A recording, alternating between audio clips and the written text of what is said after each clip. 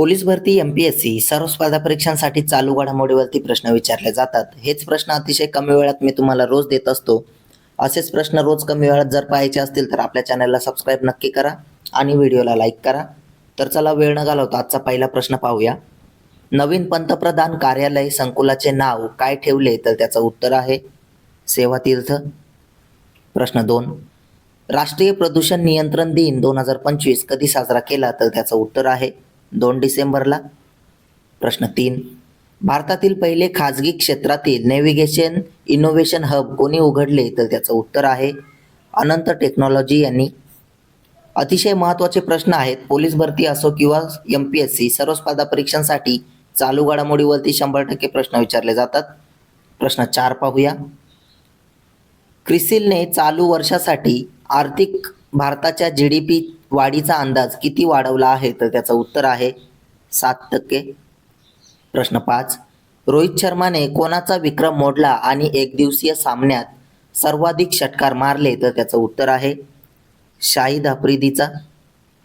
प्रश्न 6. असम दिन 2025 कधी साजरा करण्यात आला? तर त्याचं उत्तर आहे 2 डिसेंबरला.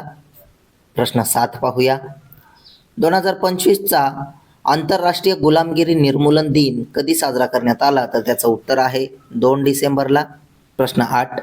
कोणत्या देशाने अल डिफेन्स डोम मायकेल एंजेलो डोमचे अनावरण केले? तर त्याचं उत्तर आहे इटली देशाने. प्रश्न 9. दूरसंचार विभागाने DOT जाहीर केले की सर्व मोबाईल फोनवर कोणते ॲप प्री इन्स्टॉल करणे अनिवार्य असेल? तर ते आहे संचार साथी ॲप. प्रश्न 10 पाहूया. जगातील सर्वात लांब पूर्णपणे चालक विरहित ट्रेन नेटवर्क कोणते बनले? तर त्याचं उत्तर आहे रियाद मेट्रो. अतिशय महत्त्वाचा प्रश्न आहे, त्यामुळे नोट डाऊन करून घ्या. प्रश्न 11. कोणत्या देशाने देशात स्वैच्छिक लष्करी सेवा सुरू करण्याची घोषणा केली? तर त्याचं उत्तर आहे फ्रान्स देशाने. प्रश्न 12 पाहूया. राष्ट्रीय महामार्गांवर दूरसंचार आधारित सुरक्षा इशारा प्रणाली प्रस्थापित करण्यासाठी भारतीय राष्ट्रीय महामार्ग प्राधिकरणाने कोणासोबत सामंजस्य करार केला आहे? तर त्याचं उत्तर आहे रिलायन्स जिओसोबत. प्रश्न 13. नुकतेच सय्यद मुश्ताक अली ट्रॉफीमध्ये शतक मारणारा सगळ्यात युवा खेळाडू कोण बनला? तर त्याचं उत्तर आहे वैभव सूर्यवंशी. प्रश्न 14 पाहूया.